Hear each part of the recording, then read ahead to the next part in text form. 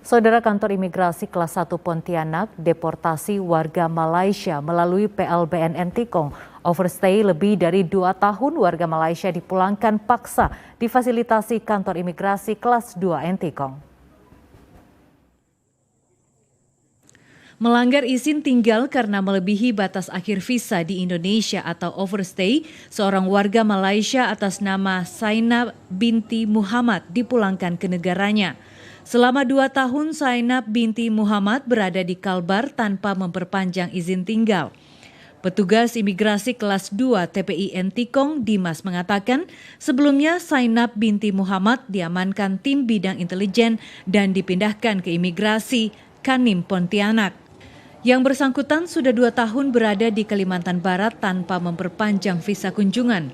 Setelah menjalani pemeriksaan, Zainab binti Muhammad dideportasi melalui PLBN Ntkong dan langsung diterima petugas imigrasi Malaysia di pintu perbatasan 2 negara.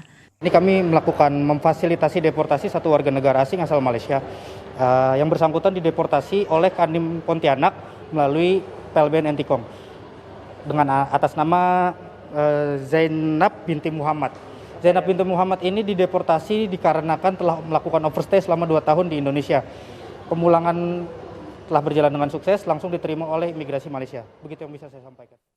Petugas imigrasi kelas 2 TPI Ntkong Dimas Nurzaman menyampaikan untuk tahun 2022 ini merupakan deportasi yang pertama kali dilakukan jelang dibukanya border terbedu. Ketua Komisi 10 DPR RI Dede Yusuf menilai banyak yang perlu dipersiapkan dalam penyusunan rancangan Undang-Undang Sistem Pendidikan Nasional RUU Sisdiknas yang menjadi pengganti Undang-Undang Nomor 20 Tahun 2003. Proses dan dasar penyusunan RUU Sisdiknas masih perlu diperjelas.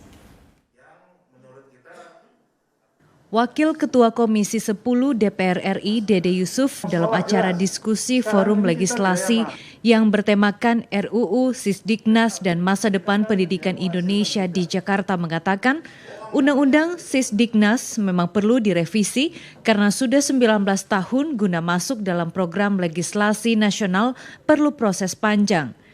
Dede Yusuf meminta Kementerian Pendidikan dan Kebudayaan mempertimbangkan masukan banyak pihak, diantaranya dari Persatuan Guru Republik Indonesia PGRI, Nahdlatul Ulama NU, Muhammadiyah, serta lembaga swasta yang termasuk lembaga non-formal seperti Lembaga Pendidikan Keterampilan LPK. Sebelum melakukan katakanlah implementasi kebijakan, maka adopsi harus kita dengarkan dulu masukan karena semuanya menginginkan kebaikan. Maaf sekali lagi, pemerintah tidak satu-satunya yang memiliki kemampuan untuk mengelola sebuah kebijakan. Karena ada yang namanya civil society, ada yang namanya parlemen.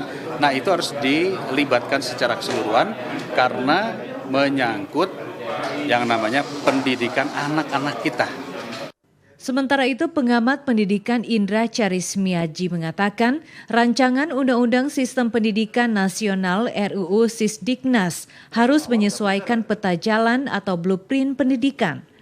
Kemendikbudristek diminta menuntaskan pembuatan peta jalan pendidikan.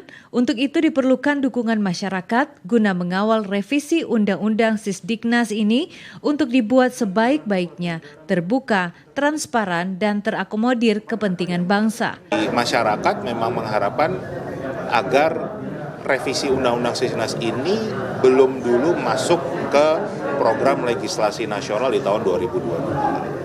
Jadi biarkan nanti mau dibahas baru tahun 2024-2025 nggak masalah.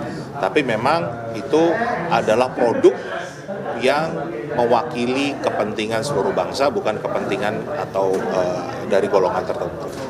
Dengan kehadiran stakeholder pendidikan dalam proses revisi dapat memperkaya Undang-Undang Sisdiknas sehingga ke depan Undang-Undang Sisdiknas dapat melahirkan aturan yang memang dapat membawa Indonesia ke gerbang kesuksesan.